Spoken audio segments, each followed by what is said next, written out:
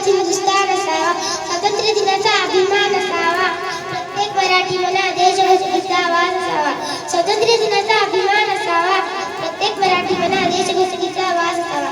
आदरणीय मुख्याध्यापक, शिक्षक आणि माझ्या प्रिय मित्रांनो, तुम्हा सर्वांना माझा नमस्कार.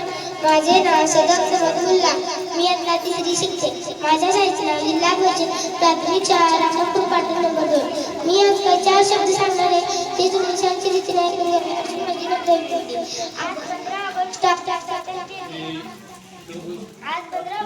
स्वातंत्र्य दिन साजरा करत आहोत. हा दिवस आपल्यासाठी अत्यंत अभिमानाचा आणि प्रेरणादायी आहे. 1947 साली लाखो स्वातंत्र्य सैनिकांच्या संघर्षानंतर भारत स्वतंत्र झाला.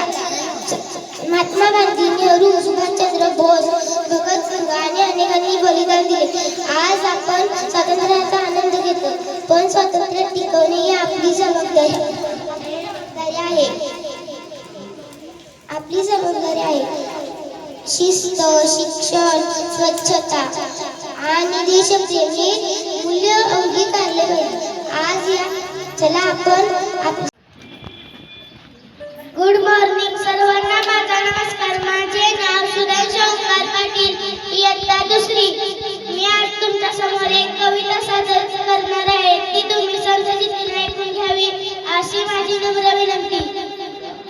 भारतीय इतिहासात तो दिवस अमर झाला, भारतीय इतिहासात तो दिवस अमर झाला.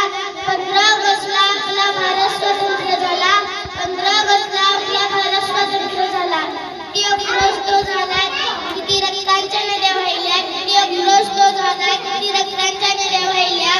मृतदेहांचा सडा पडला तेव्हा स्वातंत्र्य दिन उदयास आला, मृतदेहांचा सडा पडला तेव्हा स्वातंत्र्य दिन उदयास आला. ना जातीसाठी लढले, ना धर्मासाठी लढले, ना जातीसाठी लढले, ना धर्मासाठी लढले. भारतीय शूरवीर फक्त देशासाठी लढले, फक्त देशासाठी लढले. अनेक शूरवीरांनी झेलल्या गोळ्या आपल्या निगड्या छातीवर, अनेक शूरवीरांनी झेलल्या गोळ्या आपल्या निगड्या छातीवर. म्हणून आज आपण उभे आहोत या प्राणप्रिय भारतभूमीच्या मातीवर, म्हणून आज आपण उभे आहोत या प्राणप्रिय भारतभूमीच्या मातीवर. ज्याचा मुकुट आहे हिमालय, जिथे संत वाहते गंगा, ज्याचा मुकुट आहे हिमालय, जिथे संत वाहते गंगा. विविधतेत एकता अशी सारी प्रजा